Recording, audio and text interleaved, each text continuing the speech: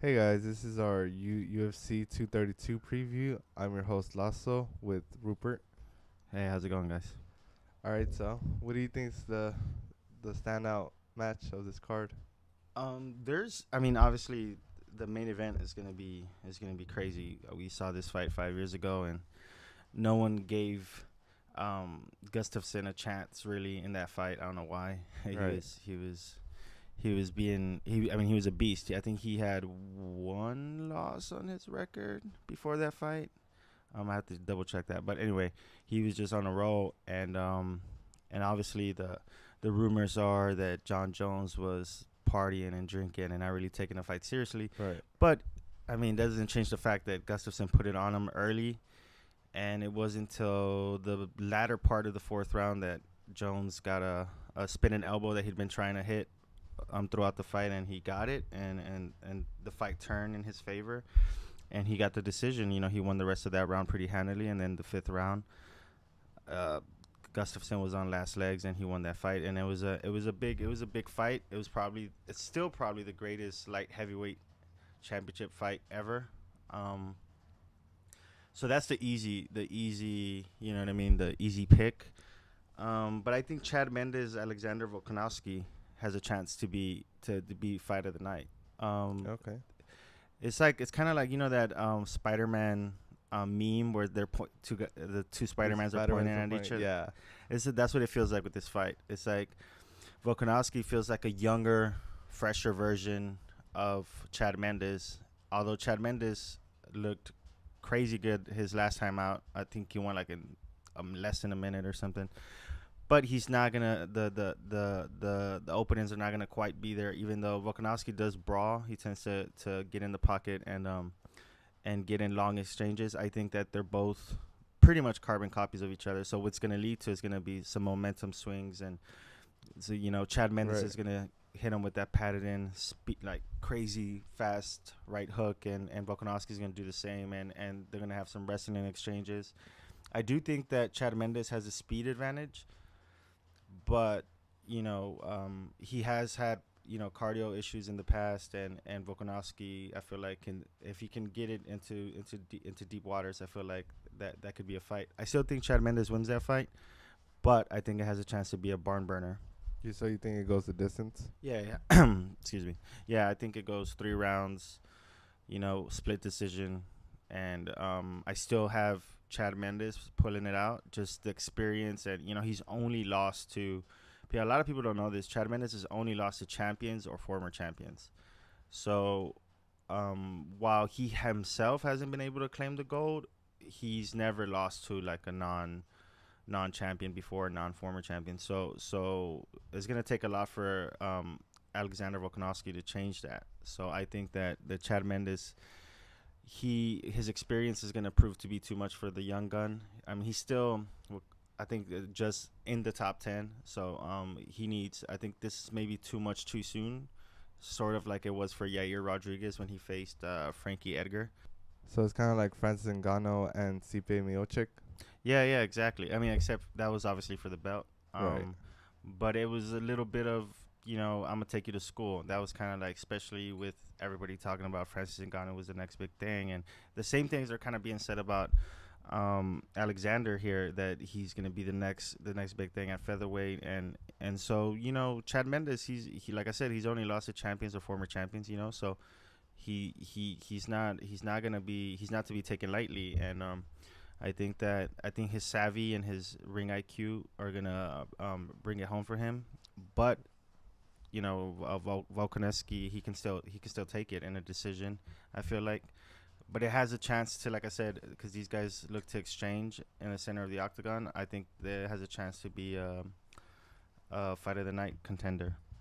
Cool, cool. Yeah, I haven't really. I've seen a couple of Chad Mendes fights, but I haven't seen anything from Alexander.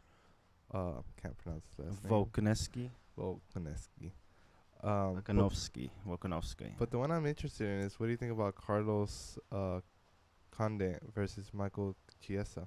Michael Chiesa and Carlos Condit. Yeah, that's. I mean, they're both going on slides. Chiesa obviously was involved in the bus attack. He's the one that got his forehead cut with the dolly that Conor McGregor threw.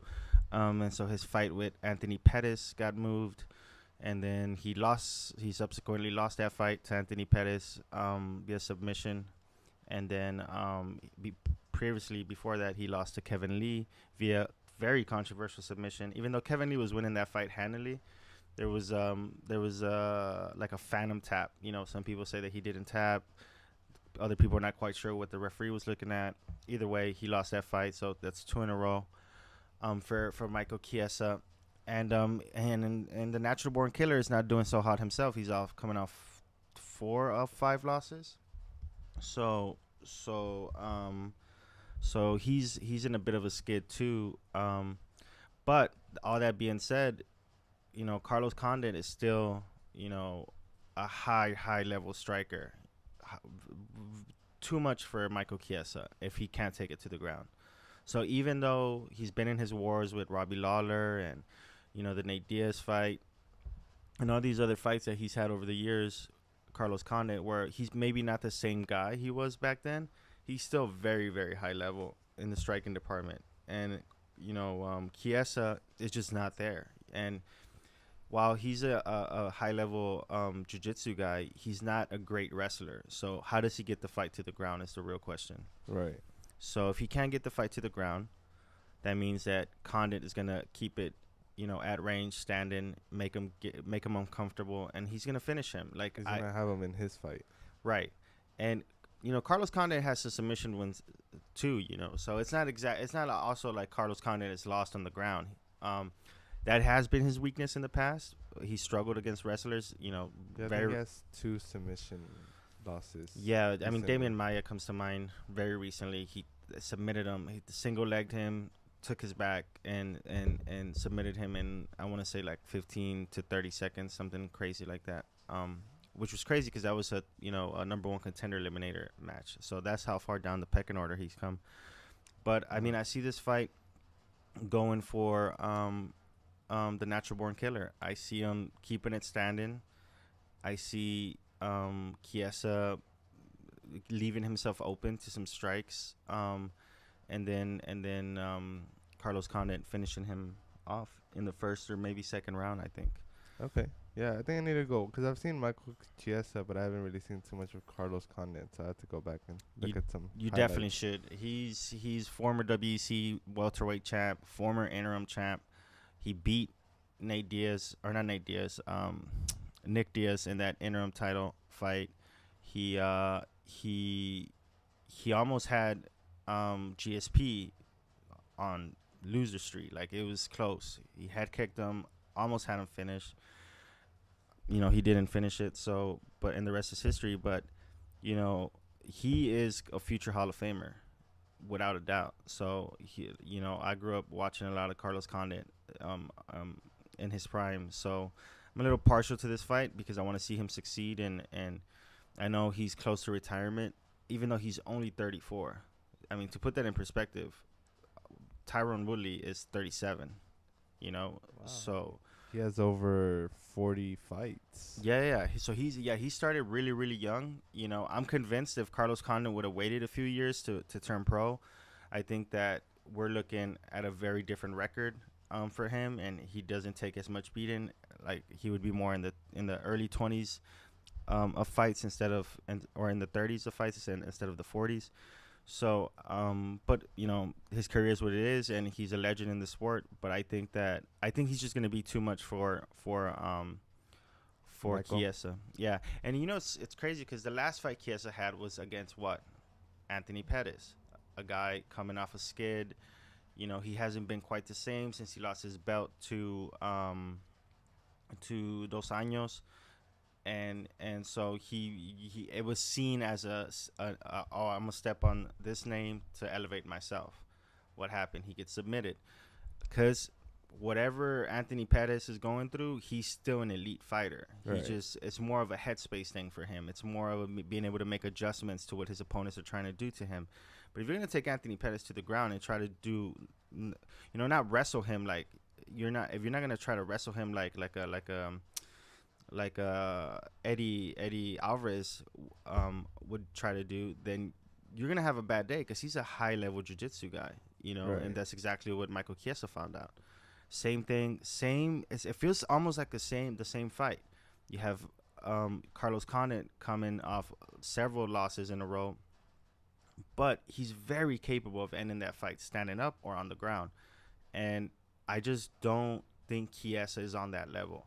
I think Chiesa at best is a gatekeeper, like a top 15, borderline top 15 guy. I think that anytime he faces a legit top 10 guy, he's gonna lose. I just don't.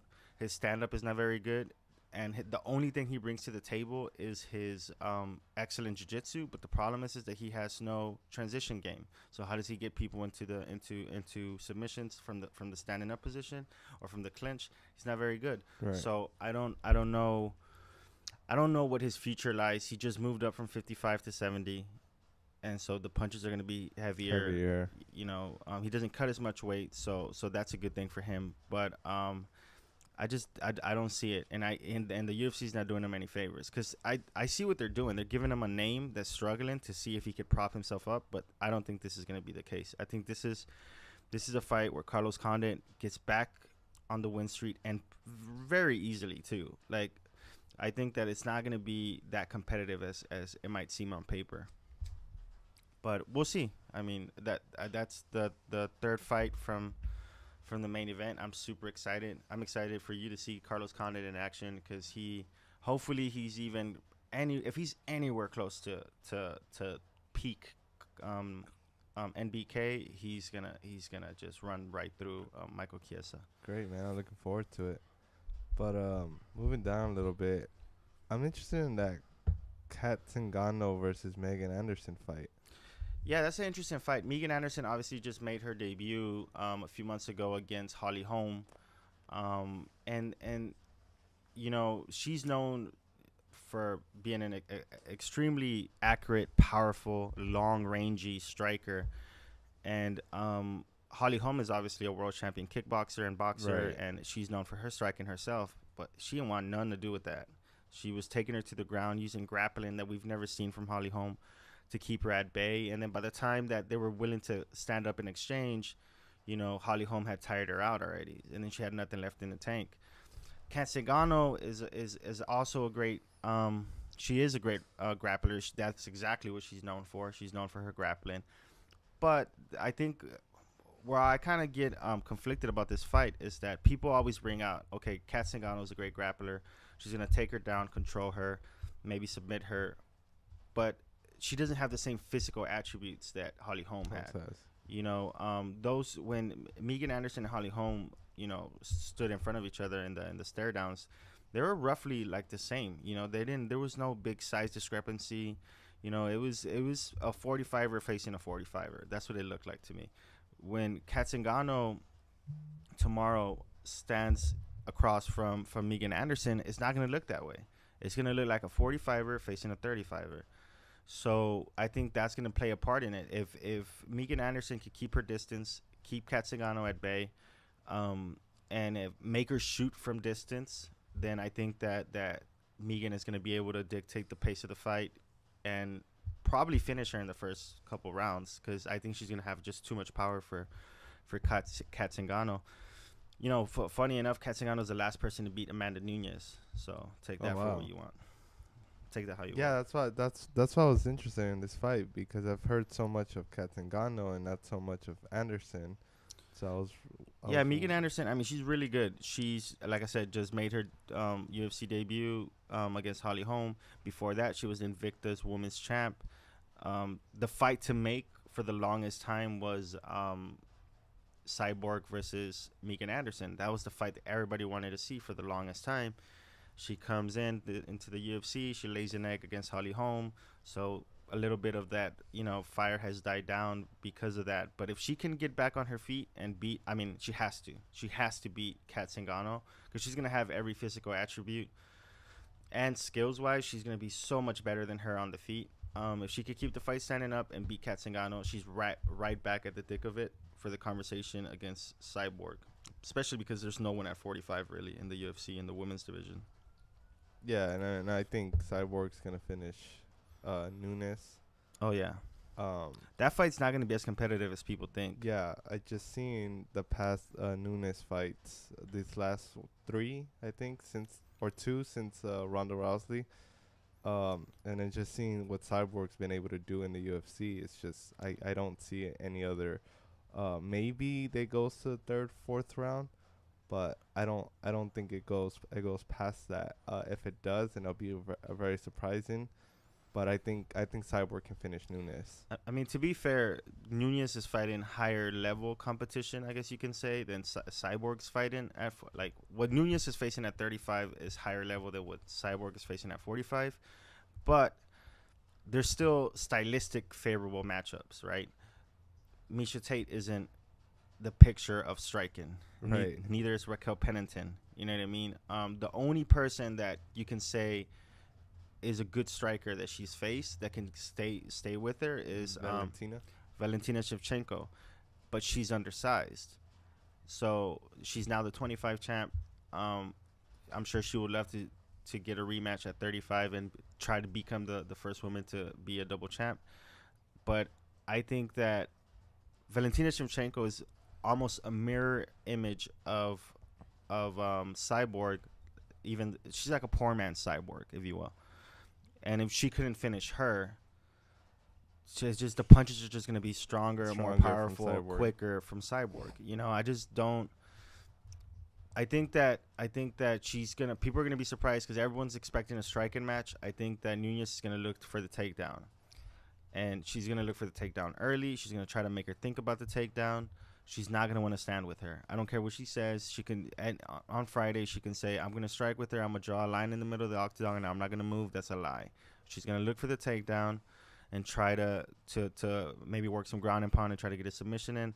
Problem is that Cyborg's ground, her guard is really good. She's a black belt in jiu-jitsu, Brazilian jiu-jitsu. It's not as high level as her stand-up is, but she's not a fish out of water on the ground. So I don't know that. I think that they see that as an advantage, but it's not. She's gonna be more powerful. She's gonna be able to scramble, and she's gonna be able to get back to her feet. And I think that once she's back on her feet, she has the cardio and the quickness to, even if it goes into the fifth round, which I doubt. We all saw the Holly Holm Cyborg fight. It was in the fifth round. Her punches were crisp, lightning fast. Still in the fifth round, she was fighting like it was the first round. It's not gonna be pretty for Amanda Nunes, and I think she knows that. So I think she's gonna try to take the fight to the ground. But if she, more kudos to her, she's able to land a submission or maybe, an elbow very similar to what Gunnar Nelson was able to land on Cowboy Oliveira. Was it last week? Brutal. Yeah, a couple weeks ago. Yeah, it was like 2 weeks ago. It was 231. It was the Max Holloway fight. Yeah. So if something like that happens where it changes the whole complexion of the fight, then maybe I can see a path to victory for Nunes. But I don't know. Like, Cyborg is a faster, stronger, bigger version of Valentina Shevchenko. So if she couldn't beat Valentina Shevchenko, I just don't understand. Or if she couldn't finish Valentina Shevchenko, I don't understand how she thinks she's going to finish the bigger version of her. And the reason I say finish is because if it's a decision, they're going to give the fight to Cyborg. Because if it ends up going to decision, it's going to be, she would have been on the end of Cyborg's punches more often than not. You know what I mean? Cyborg would have controlled the fight more often. That means she would have taken less risks. I just don't see a world where she finishes Cyborg with strikes. And the only path to victory for her, for me, is a submission victory. Or like I said, like a crazy elbow or something, a ground strike where it changes the whole complexion of the fight. I just don't think it's going to be as competitive as people think. Yeah. No, I agree. I think, like I said, I still think that's my prediction. I think Cyborg's gonna beat Nunes, finish the fight, probably in the third or fourth round, if not sooner.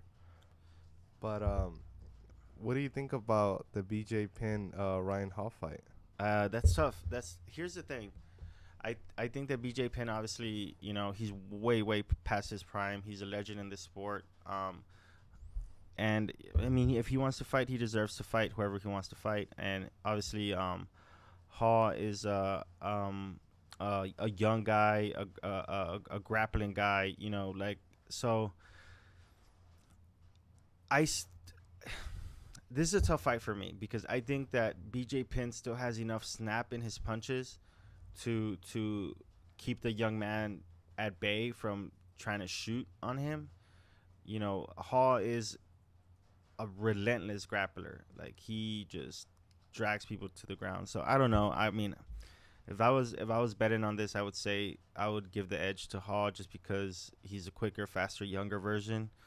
Um, but I mean, I wouldn't be surprised if BJ Penn had a miraculous, landed a miraculous strike or a elbow or something, a punch or elbow or knee or something that kind of um, kept Hall at bay, and then able to maybe make him second guess some shooting in. I don't know. I think it's a tough fight to call because conventional wisdom will tell you that Hall is just gonna drag him to the ground, beat him up, get a submission. That's what conventional wisdom would say. But I think that there's still a possibility of BJ landing some strikes in there and keeping him at bay, and maybe that's not the case. That's not what happens. So we'll see. But yeah, I think that is more than likely it's going to be a submission victory for the young guy. Yeah, I think Ryan Hall probably take it like you said with submission. And I think if what do you think? You think if BJ Penn loses this fight convincingly, it should be it, or do you think he can still go?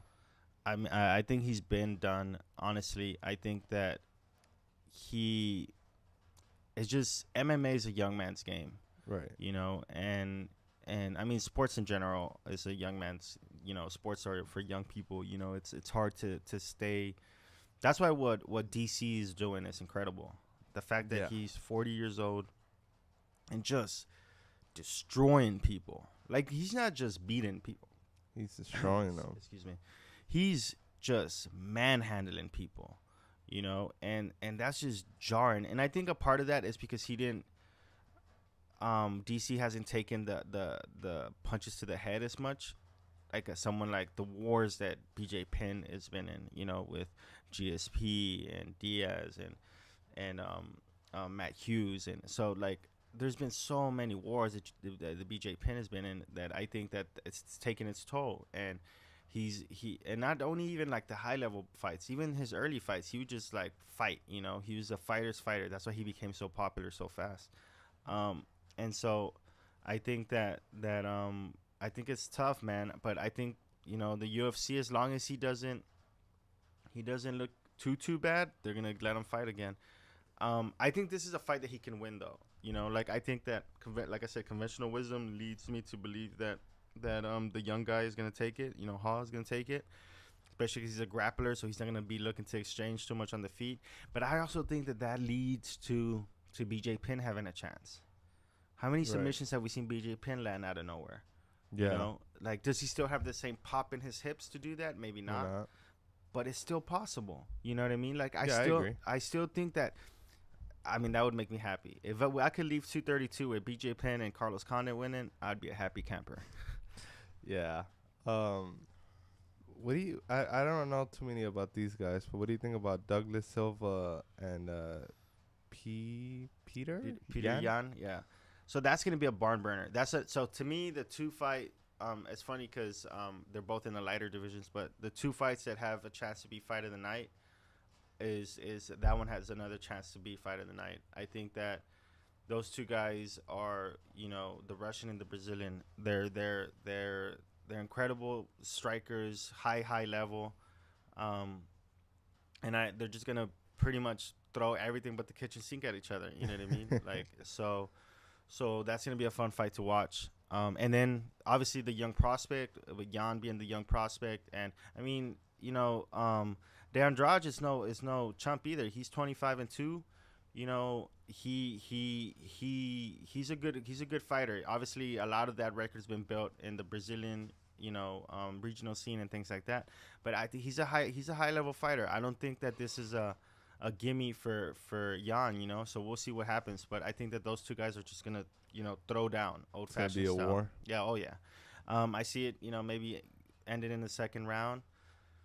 After 9 minutes of intense, back and forth, and whoever lands the big strike first is gonna win. But I think that Jan obviously is the favorite in this fight. I think he has a bigger range of tools. But I wouldn't be surprised if Andrade was able to pull it off. Yeah, I mean, like I said, I don't know too much about these two guys, but I'll take your word for it. What do you think about the heavyweight fight though, between Walt Harris and Andre Volkanovski? Arlovsky and Harris are. It's gonna. That's another example, man. So 232 has a lot of that. Has a lot of like legends in the sport. I guess three, right? Is there another fight with a legend in the sport? No. So it's Arlovsky, BJ Penn, Carlos Condit. At the peak of the UFC before the new era, before like say the Conor McGregor, John Jones, Ronda Rousey era, those guys were the face of the UFC. Were the faces of the UFC. Right. And so, but Arlovsky's chin has evaporated. I mean, it hasn't been as bad recently, but it's not there. Like he would he would bite on his mouthpiece and go forward in his fights in his heyday when he was champion. And it's just not a recipe for success these days against these more athletic, powerful guys like Walt Harris. I think that's gonna, you blink and it's over. I think Walt Harris is gonna get in the center of the octagon. They're gonna size each other up. They're gonna have an exchange, and then he's gonna land a shot. And I think I don't know. I don't think that Arlovsky's chin is gonna be able to deal with that. So you think this is like a first round knockout? Oh yeah, yeah. I would be surprised if it isn't. I mean, I guess there's a path to victory for Arlovsky if he's able to grind him out, stay in the clinch, dirty box him a little bit. But I just think that Walt Harris is going to be able to keep him at distance long enough to land his shot, and then once he does, it's gonna be all she wrote. Because I don't believe in Arlovsky's chin anymore. No. Yeah, I mean he's getting up there, so. Yeah, and he has war. He's had wars, man. Like Arlovsky's had some serious wars through the years, so that takes a toll on you. Dana White recently, or not recently, but a few months ago, I remember he was talking about McGregor fighting Nate Diaz again, and he was like, I don't know if I want to see that again. Like, those two guys are young. They don't need to go through another war like that so soon, and it's true. That's what exactly was, like, you look at all these high-level fighters that kind of decline very quickly, that's what happened to them. They had wars. You look at what am I drawing a blank right now? Condit and BJ Penn and those guys. Even Frankie Edgar worries me. Frankie Edgar had never been knocked out before. All of a sudden, Brian Ortega knocks him out with an uppercut. I mean, it was an uppercut from hell, but still, yeah, but the fact that he was able to connect with that and then knock him out, I think it's a testament to all the wars that Frankie Edgar had been in. And yeah, the great Maynard fights, Jesus, like just those fights, so end someone's career, Yeah. So I think that, just to kind of tie it up a little bit, yeah, I think Arlovsky's his chin is gonna be tested, and I think that it's not gonna end well for him. But we'll see. I mean, I think that's a good fight. This card is really loaded, like with very interesting fights. Up and down the card, all the way from the prelims from the early prelims to the prelims to the main card. I think it has a chance to be the greatest UFC card of 2018, for sure, easily. I think that other cards have been good but not great. The other cards have been better on paper. They haven't really delivered, on the day. But I think that this card has a real good shot of being the best card of the year, for sure. Especially, you look at just storylines alone. You look at John Jones coming back after a year and a half layoff. Yeah, just about a year and a half. And not only that, coming back to fight the guy that almost beat him. Some would say beat him. I just watched the fight again last night, and I think he beat him. I mean, obviously, people gave him the first 3 rounds, or gave one of the first 3 rounds to Jones, and he won the last 2 rounds, and so people, that's their justification for John Jones winning that fight. But I don't know, man. I think that Gustafsson did everything he needed to do to win. Obviously, he didn't finish strong, and maybe that's what ended up swinging the fight in the favor of John Jones. But I feel like he was there. Now, obviously, there's all the talk about John Jones being a party animal back then and not taking it very seriously. And so what version of John Jones are we gonna get? Right. You know what I mean? Are we gonna get an even better version? Are we gonna get the John Jones that sparked DC? Are we gonna get that John Jones? Because if we're gonna get that John Jones, that fight's not gonna last very long. Right. I agree. You know what I mean? Like, that John Jones looked quick, smart, making all the right moves. Everything. Like, he looked like he was playing with a cheat code against DC. That's what he looked like. I agree. And DC, we obviously, like DC himself said it, there's levels to this shit, right? DC is a phenomenal, one of the greatest of all time, double champ.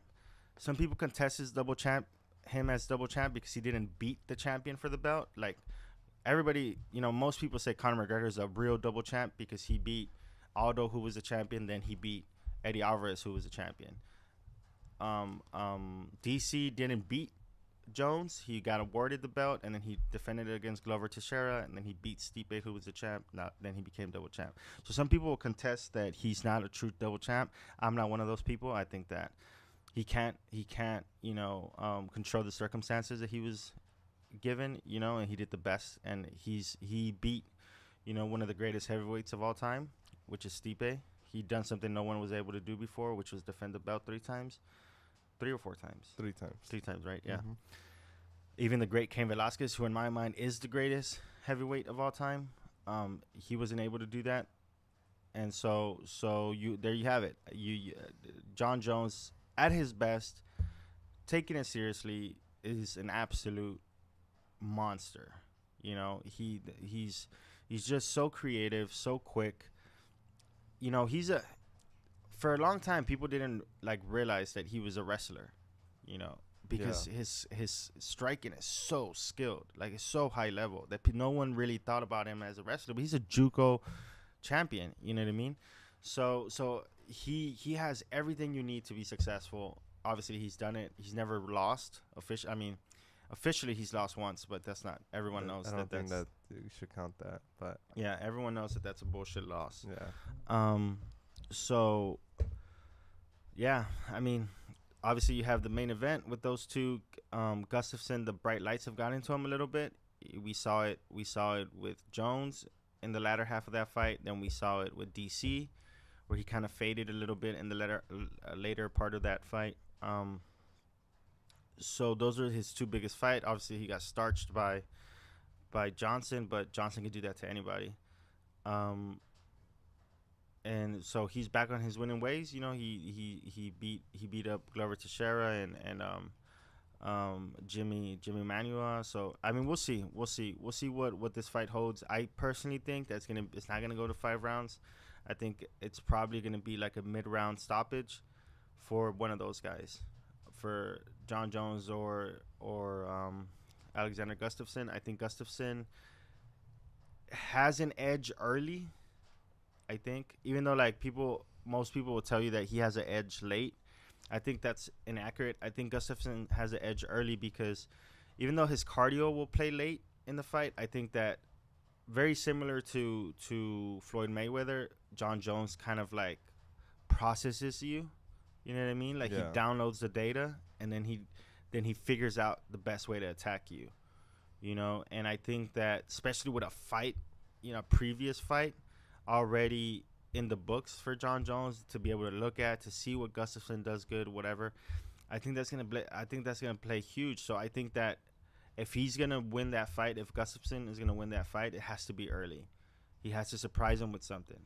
I tell people all the time, this fight reminds me of the Argentinian boxer that fought Floyd Mayweather.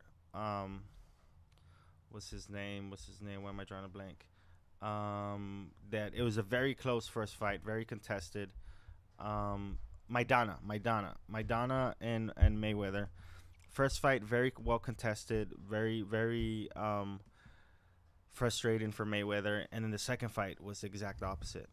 And I can see that happening again with Jones. with Jones and Gustafsson. The first fight was very frustrating for Jones. Got taken down for the first time in his career. Not only once, like several times, like 3 or 4 times. And not only that, his takedowns were stuffed. He was like 1 for 12 for takedowns. So, Wow. so it was a very frustrating night for John Jones. But I think that he's going to be able to look at that fight, download the data, and then he's going to be able to go take that and be confident in this next fight. I mean, obviously, so is Gustafsson.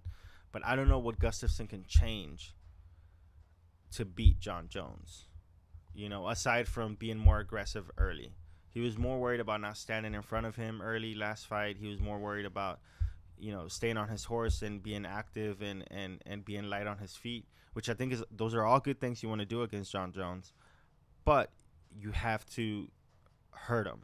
You have to make John Jones think twice about closing the distance. About what he's doing, yeah. Yeah, about closing, because John Jones is going to want to fight him.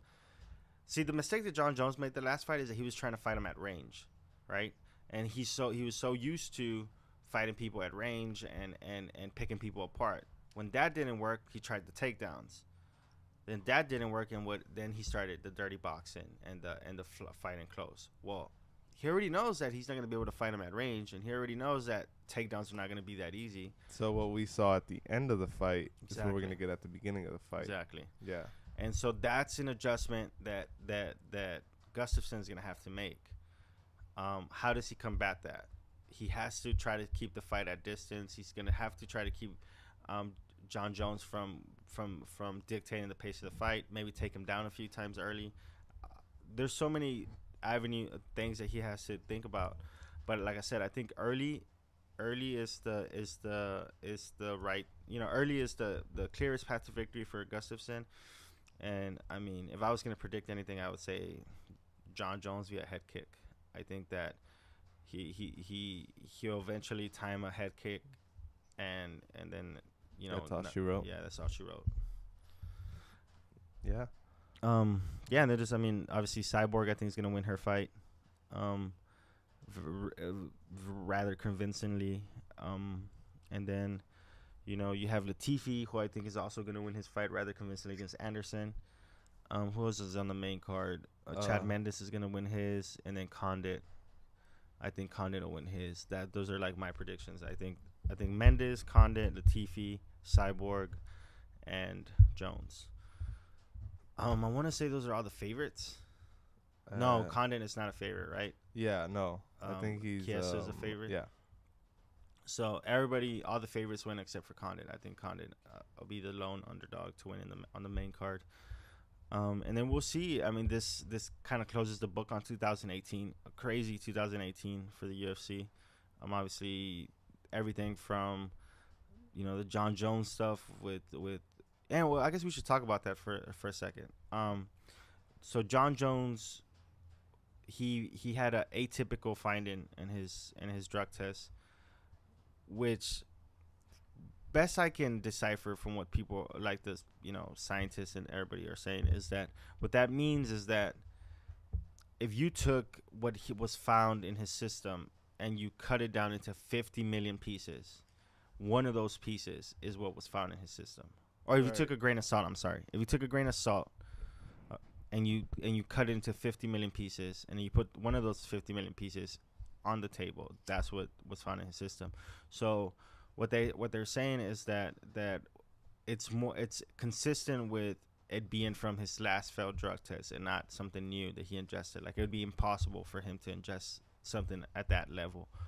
And he's also being tested very frequently, unbeknownst to him, like whenever, like they're not letting him know when he's doing it. So I think that as much as I've been a critic of John Jones, because you know how I feel about cheaters, Right. I think that this is probably something that is not kind of worth talking about. I don't think that it's something that he was taking something and then they found it. I think it's just something that popped back up into his blood system, and obviously the experts agree, you know, so I'll take their word for it. But yeah, so that's why. Yeah. So that's why the fight was moved from Vegas to the Forum, because the Vegas Commission didn't have the resources to put it in front of a board and talk about it and approve his license. So they moved him to California, where they did have the resources for some reason. So I guess people in California don't go on vacation during Christmas. um, so yeah, so they were able to get his license approved, and there's a fight.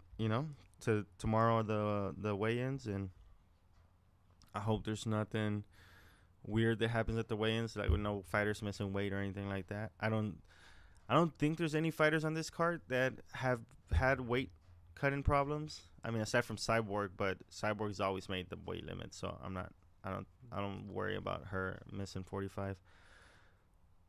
Chiesa, I guess, has missed weight before, but that was at 55, so he's fighting at 70 now. So hopefully everything's pointing, trekking in the right direction for all the fights that have been planned going down officially.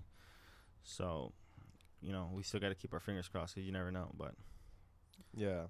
No, we'll see. This is definitely going to be a great card. I mean, it has at least two main events that can make big numbers, and it's all in one card. So I think this card's going to be great. There's a lot of people that I haven't seen, and I'm excited to see them. And I just hope that if John Jones wins, then nothing comes out afterwards. that's the big thing. Yeah, like he's going through so much testing that I would be shocked if it did. Not that I would be shocked that he's cheating or doing something. I mean, that's a conversation for a different day. But I think that I would be really, really surprised, just because of the amount of testing that he's been going through in the lead up to the fight. So I'd be very surprised if something negative comes from that. I mean, I think the storylines to come out of this, I mean, we could talk about later, but the storylines that will come out of 232 is what happens with the lightweight, the light heavyweight division. If Jones wins, do you do a DC Jones 3 with Jones up 2-0? Is that something that people want to see? If Gustafsson wins, do you do Gustafsson DC 2 with DC up 1-0? If Cyborg wins, where does she go from there? If Nunes loses, I mean, obviously she just goes back to 35 and she defends against who? I don't know. I would have to look at those rankings. There's no one that pops, to the front of the list in my mind at 35. 35 is just not that great these days. I mean, Zingano would beg to disagree if she wins. So that's probably the fight to make. Make if both Nunes and Zingano win. Yeah. I think that's the fight to make if they both lose. Like, who do you put? Yeah. Who do you put ahead of Zingano? I don't know anyone at 35 that has a legit gripe for the belt. And then Megan Anderson, obviously, if she wins, then she gets her next crack at Cyborg, and that's a fight, man. That's a fight. That'd be two fighters, zero interest in going to the ground, just bombing at each other. And I think that's a fight that could be made for International Fight Week in the summer. Obviously, if Chad Mendes wins, he has a legit gripe for the 45 belt. Depends on what Max Holloway wants to do next. I mean, Renato, I guess he has a shot too. So maybe you do Renato versus Chad Mendes, and the winner of that gets the next shot. Yeah. So who knows? And then what else? I mean, Latifi, if he wins his fight, he has a very interesting gripe for the 205 belt. Obviously, if Condit wins, then he's back in the mix to fight like a top 10 guy, and hopefully maybe that puts him on a streak towards contention for the title. But he's so far removed from that, he just wants to get a win at this point. I mean, you have Michael Chiesa. If he wins, it's coming in. How many times stop me if you heard this before? Oh, I'm struggling at one weight class. I'm gonna move up, and then I'm successful. How many times have you heard that? It's happened so many times.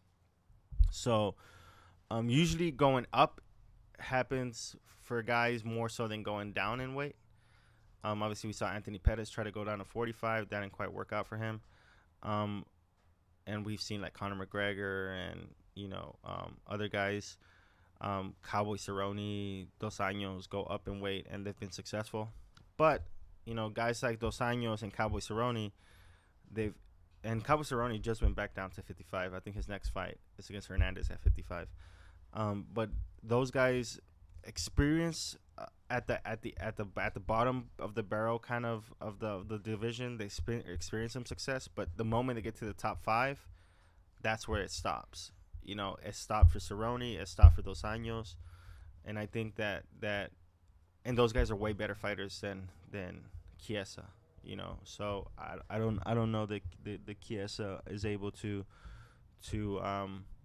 to even beat Condit. So if he can't beat Condit, then I don't see a world where he beats like Darren Till, or I don't know, even if Darren Till's staying at 70 or he's moving to 85. But any guys at the top 10, Usman or Covington or Ben Askren. Ben Askren would bend him in half. If they were to fight. Really excited to see him in the UFC. Yeah, that's gonna be great. Ben Askren is. I mean, if you are a wrestling fan, if you are a fan of grappling, you will be a fan of Ben Askren. And I'm a poet, and I didn't even quite realize it. Ben Askren is excellent, powerful. Stand up is not the greatest, but he's still an excellent fighter. I think that he's gonna carve out a good career. Kind of switching, like this reminds me of a very similar situation that's happened in the WWE with AJ Styles. Building a legacy for himself outside of the WWE. Everybody's clamoring for him, and just when you give up all hope in the world, he's in Japan doing his thing. Next thing you know, he shows up in the WWE. Same thing with Ben Askren.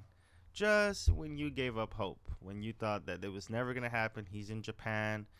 He's set to retire. Boom. Next thing you know, he's in.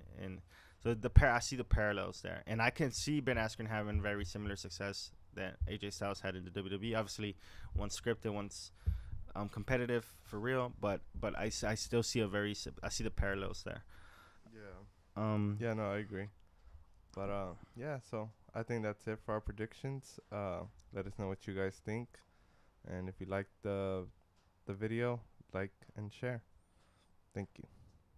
Peace.